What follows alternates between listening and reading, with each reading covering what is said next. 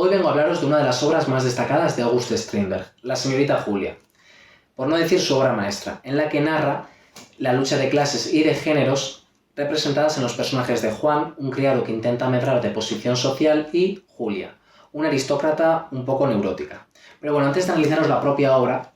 como siempre voy a contextualizaros un poco. Esta obra fue escrita en el año 1888. Como el dramaturgo sueco voy a hablaros brevemente de la historia de Suecia. En el siglo XIX, Suecia era una sociedad pobre y campesina, en la que la escasez de la agricultura y el inicio de la Primera Guerra Mundial en el año 1914 trajo consigo que muchos suecos tuvieran que emigrar a Estados Unidos. Pero muchos de ellos, al no tener los recursos suficientes, tuvieron que quedarse en el país. Claro, todos estos habitantes empezaron a darse cuenta de que Suecia estaba gobernada por un rey con un poder absoluto y por la Iglesia sueca, en la que, comparada con el resto de potencias europeas y países que debido a la industrialización y las ideas liberales estaban despojándose de un pasado muy anticuado, ellos se vieron enclaustrados en una sociedad muy anticuada, ¿no? Claro, entonces muchos obreros empezaron a organizarse y se crearon pues sindicatos, partidos políticos, y gracias a esto se consiguió una monarquía parlamentaria de tipo democrático, en la que en el año 1919 tuvieron logros como puede ser que reducieron a 8 horas la jornada laboral de los obreros, y por ejemplo en el año ya 1919 también se consiguió el derecho al voto femenino en las elecciones parlamentarias, siendo Suecia uno de los 10 primeros países en conseguir el derecho al voto femenino. También quiero hablar un poco de la historia territorial, y es que ahora voy a mencionaros un poco también a Noruega, y es que históricamente Noruega es más antiguo que Suecia debido a su origen en la era vikinga y demás. Claro, todo esto os lo cuento debido a que en el pasado ambos países han tenido momentos en los que se han unido y han tenido también varias disputas y guerras. Claro, yo no me voy a centrar en todo su pasado, pero sí que en el siglo XIX tuvieron su última unión debido a que Suecia perdió varios territorios contra el Imperio ruso. Y ante el miedo de que los demás imperios estaban cogiendo mucho poder, Suecia quiso anexionarse junto a Noruega. Claro, esto les lleva a una guerra breve en la que acabó con el Tratado de Mos, que se firmó básicamente el 14 de agosto de 1814, en la que los dos países se unieron y Noruega tuvo que aceptar al rey Carlos XIII de Suecia como rey de Noruega. Pero todo esto no les llevó a la paz, debido a que estuvieron en conflicto permanente durante muchísimos años, ya hasta el año 1905, donde ya Noruega consiguió la declaración unilateral de independencia. En cuanto al autor, este dramaturgo sueco, August Strindberg, es de origen sueco y nació en el año 1849. Se le considera el instaurador del naturalismo en Suecia, aunque también fue un iniciador de lo que sería la reforma expresionista y también investigador del surrealismo, debido a que en sus últimas obras empezó a hacerlas con alusiones a estados hipnóticos y alusiones y referencias a lo que respecta a sugestiones del inconsciente, ¿no? Empezó a dotar a sus personajes de otra profundidad basada más en los estudios de Freud. Y cabe mencionar que este autor estudió medicina, pero nunca llegó a licenciarse en ella, debido a que encontró en la literatura dramática, en la escritura, pues su verdadera vocación. Aunque antes de esto tuvo varios oficios como el de actor, el de preceptor, bibliotecario, enfermero, periodista, y en su etapa de actor cabe mencionar una pequeña etapa en la que él quería ser actor y fue relegado a apuntador, y en aquel momento él tuvo una crisis en la que estuvo a punto de suicidarse, pero gracias a que descubrió que su vocación también era la escritura, pudo desarrollarse. Entre sus dramas del principio cabe destacar El libre pensador y también novelas como La sala roja, aunque no tuvieron el éxito que tendrán posteriormente sus obras dramáticas. Cabe destacar que algo importante de su vida son sus 3 matrimonios, que fueron todos desafortunados, debido a que esto hizo que él tuviera una visión de la mujer en la que a él se le considera un autor bastante misógino, aunque esto se dice que ya venía de antes, no de sus matrimonios. Ahora voy a explicar esto. Y también cabe mencionar que él veía a la mujer como una especie de vampiro que era capaz de chupar la sangre a todos los hombres, por lo que no tenía una actitud muy positiva hacia la mujer, el Strindberg. Pero bueno, cabe mencionar que si quieres saber más sobre su juventud e infancia, recomiendo la narración, que además es autobiográfica, del hijo de la sirvienta, en la que él cuenta varios recuerdos de su juventud y también explica que para él su infancia no la idealiza, para él es una etapa inferior porque estás desarrollándote y no es como algo bueno para él, es como eres inferior, es un ser que no eres adulto, por así decirlo. Entonces,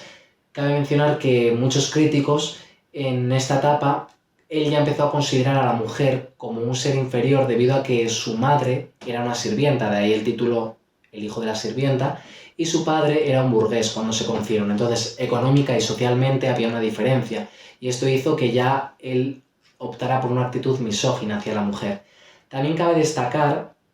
que al final este autor, esto da para otra reflexión, pero sí que es cierto que algo que creo que es importante en el arte es que hay que saber diferenciar entre persona y obra, y es que eso no quita que no fuera un grande en su oficio de las letras, y es que al final es considerado junto al ruso Anton Chekhov, al noruego Henrik Ibsen y él, como a los padres del drama moderno, que luego influenciarán a muchos autores y dramaturgos, como es el caso de Eugene O'Neill. En cuanto a los temas de la obra,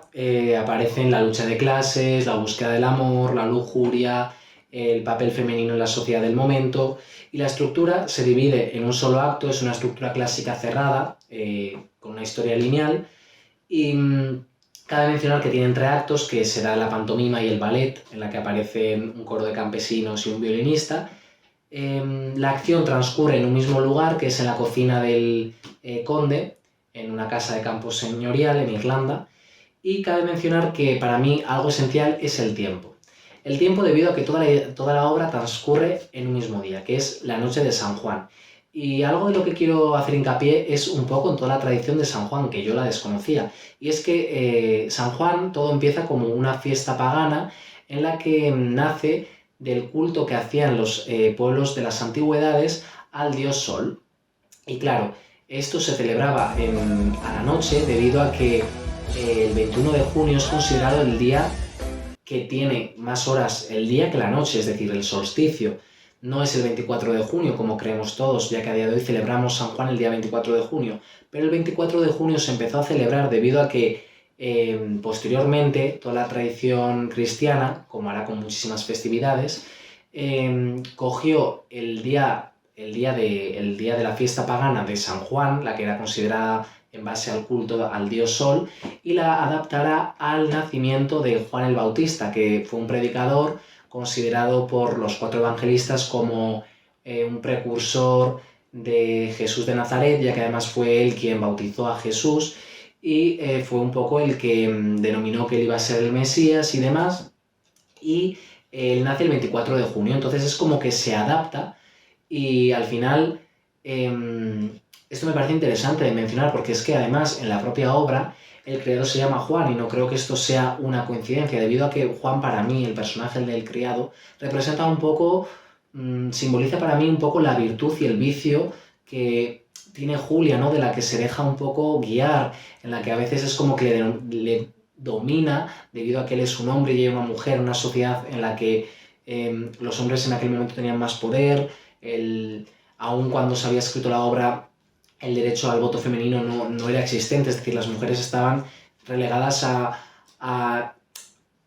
eran un ser inferior. Entonces, de alguna forma, creo que todo no es una coincidencia, y también el hecho de que la obra transcurra en un solo día me parece abrumador debido a que,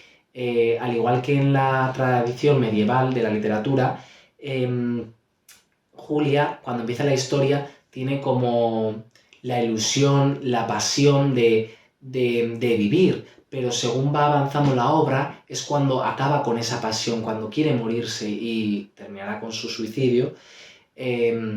Y esto pasaba justo en la tradición del medievo, en el que cuando llegaba el alba, el amanecer, los enamorados, en este caso, es como que tienen su final trágico. Y me parece que de alguna forma Strindberg en esta obra, toda esta purificación que representa las hogueras de San Juan, ya que se representa como ese fuego de las hogueras quiere acabar con todos los males, donde se tira los papeles, ¿no? A modo de pecados, a modo de que se acaben con ellos, como esa felicidad la convierte en una tragedia, ¿no? En esta obra. Es que al final esta obra, en cuanto a género, es una tragedia naturalista. En cuanto al lenguaje, cabe mencionar que en su mayoría tiene un uso coloquial, pero también hay momentos en los que la clase social a la que pertenecen los personajes destaca en su forma de hablar, y algo que impresiona en esta obra es que el personaje de Julia, que es una aristócrata, hay momentos en los que habla en francés, demostrando así su refinamiento y su cultura, pero también el criado Juan, algo de lo que cualquier lector de teatro no está acostumbrado, es que los criados tengan esa cultura, y él también entiende y es capaz de hablar francés con fluidez. Y es algo que impresiona. También, aunque he mencionado que es un lenguaje más coloquial, también hay que mencionar que tiene esa parte de lenguaje poética, debido a que se da el uso de figuras literarias como es la metáfora, que le dan esa parte lírica que tiene a veces el texto, ¿no? También mencionar que los diálogos en su mayoría predominan los coloquios, aunque los monólogos que tienen los personajes sirven para entender un poco sus antecedentes, sus planes del futuro, y le dan profundidad a los propios personajes. Luego también, en cuanto a las acotaciones, apenas hay. La mayoría, como casi siempre en el teatro, sirven para determinar los estados de ánimo o el accionar de los personajes, aunque también el autor hace varias referencias a los decorados que quiere, decorados bastante simples, pero también algo que me ha impresionado es que hay en algunos momentos que hace referencias a cómo quiere que la actriz o el actor, en este caso, interprete su personaje. Y en cuanto al estilo, como ya he dicho,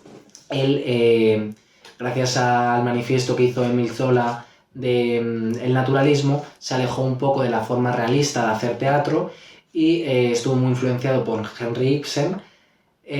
Y también le influenció muchísimo el esoterismo, la alquimia, el socialismo y toda la filosofía de Friedrich Nietzsche, en la que sobre todo el planteamiento del superhombre será un referente en lo que respecta a la creación de sus propios personajes, con la que además con Friedrich Nietzsche algo que me impresionó es que mantendrá conversaciones en cartas. Y cabe destacar que August Strindberg, al igual que el filósofo y escritor suizo Rousseau, él determinaba que la sociedad es la que corrompe al ser humano y es la que le lleva a todo ese destino trágico que puede tener el ser humano. Por último, ha llegado el momento de hablar de los personajes. Los personajes que aparecen son 3, y los 2 principales son Julia y Juan, de los que llevo hablando bastante tiempo. Luego también tenemos a Cristina, que es la cocinera. Pero bueno, en cuanto a sus personajes, son bastante complejos. Aunque representan un tipo, es cierto que para él le gusta construir personajes que no tengan un carácter, debido a que él cree que los naturalistas deben quitarse esos juicios que tenemos las personas instalados en la cabeza, en la que cuando tú creas un personaje, el tonto no tiene que ser solo tonto, el avaro no es solo un avaro. ¿Sabes? Él quería dotar de profundidad a sus propios personajes. E incluso yo me atrevería a decir que, además de personajes complejos, son bastante impredecibles, debido a que hay muchos momentos en los que no espero qué va a pasar. Sí que creo que el final trágico te lo puedes esperar en algunos momentos, pero sí que siento que, sobre todo en el personaje de Juan, es como que no sabes qué va a actuar. Es un personaje lleno de un contraste, de una antítesis brutal, en la que tú no sabes cómo va a actuar, si se va a escapar con Julia, si la va a asesinar, si... ¿sabes? Es un poco brutal en este sentido. Y bueno, mencionaros que, para que entendáis un poco la posición social y demás a la que pertenecían y cómo las representó, os voy a leer 2 fragmentos que tengo aquí apuntados de la propia obra. En uno de ellos, que es de la señorita Julia, que es en el momento final, ya cuando está a punto de suicidarse, ella dice: «Oh, media hora, Dios mío, qué cansada estoy, no puedo más, no puedo nada, no puedo ni siquiera arrepentirme, huir, quedarme, vivir, ni morir puedo. Ayúdame ahora, dame una orden y la obedeceré como un perro. Hazme un último servicio, salva mi honor, salva su nombre». Cuando dice «oh, media hora» y salva su nombre, hace referencia a su padre, el conde, que está a punto de llegar, ya que el conde no aparece en ningún momento, pero sí que aparecen sus guantes y sus botas, en las que se representa como ese poder y esa presencia que él tiene sin necesidad de estar en escena. El criado, cuando las ve, es como que cuando él quiere mejorar su posición social, ya que el criado quiere salir de esa posición social en la que está, él no quiere ser un criado, a él le gustaría ser otro conde, le gustaría tener un poder, por así decirlo. cuando él ve esos objetos del propio conde, es cuando se retrotrae nuevamente. Y algo que a mí me impresionó es que, para que veas en Juan toda esa psicología que tiene, él dice en un momento de la obra, dice: yo no nací para inclinarme ante nadie, porque tengo madera, tengo carácter, y con solo que llegue a la rama más baja, ya verá lo bien que me encaramo. Hoy soy criado, pero el año que viene me tiene de propietario, y en 10 años de rentista, y entonces me voy a Rumanía, y allí me hago condecorar. Y puedo incluso, fíjese bien en lo que le digo, incluso puedo terminar de conde, ¿vale? Entonces es como cómo se va representando esta lucha que tienen ambos personajes, ¿no? Que en algunos momentos no sabes qué va a pasar, porque al final el hecho de que también se ambiente la noche de San Juan da como esa festividad. Entonces, incluso al principio de la obra, Julia le menciona que no, que en ese día no hay categorías, que todos son iguales. El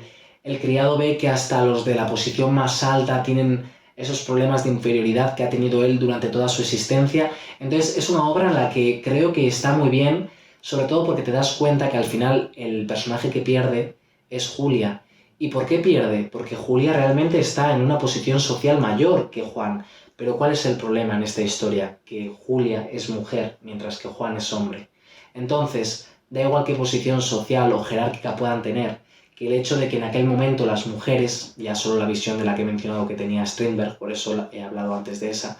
pues al final de la obra,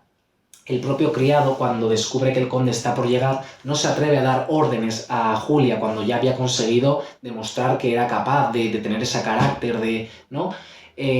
Pues llega un momento en el que Julia le susurra algo al oído que tú como espectador no sabes, pero le está pidiendo que por favor le ordene matarse. Y hay un momento en el que ella sale, al final de la obra, sale con la cuchilla de afeitar de Juan, y la obra acaba ahí. Es decir, de alguna forma también la muerte se da fuera de escena. También seguramente esto tiene que ver porque si llegan a hacer una muerte en escena, una muerte en una representación, esto sería demasiado polémico, pero es que esta obra ya de por sí fue bastante polémica debido a todo el posicionamiento que tiene en cuanto a la lucha de clases, ¿no? Como la forma de pensar y cómo se representa el hecho de que fuera una mujer que da igual en qué posición social estuviera, ¿no? Me parece una obra que, siendo sincero, igual no es de mis 10 obras teatrales favoritas, pero sí es una obra muy guay de analizar. Creo que Strindberg es un autor increíble, del que no he leído tanto, pero sí que me parece apasionante. Y es una obra que yo creo que es bastante fácil de leer y creo que es una obra que podría gustar bastante. Creo que el día en el que está también ambientada ayuda un montón. Creo que el tiempo escénico está muy bien elegido y ayuda muchísimo a hacer como esa festividad que se celebra en San Juan, ese fuego, ese ardor, esa pasión con la que empieza Julia en la obra, se apaga como la hoguera de San Juan, ¿no? Entonces yo no creo que todo esto sea una casualidad, la de que el autor haya decidido que todo pase en un día, que se ambiente en este mismo día, que el criado se llame Juana. Es que además hay muchísimas referencias bíblicas, como es en el caso del personaje secundario de Cristina, que es la cocinera, y en ella sí que se nota cómo la clase social afecta en su forma de hablar, en su forma de actuar, que está mucho más reprimida, porque al principio de la obra es como que Juan y Cristina, en este caso, tienen una relación amorosa, pero es que tú también ves cómo ellos ven el amor, lo ven como algo más banal, ¿no? No es tan romántica como puede ser en las clases más aristócratas, y creo que es algo que te hace mucho reflexionar, y es una obra que creo que no es difícil de leer, y la recomiendo bastante, la verdad. Así que bueno, espero que os haya gustado este análisis, y bueno, si queréis que analice alguna obra o libro o demás, iré pensando y demás en más cosillas, así que eso, ojalá os haya gustado mucho y hayáis podido aprender nuevas cosas. Y eso, suscribiros y esas cosas y darle a like y todo eso.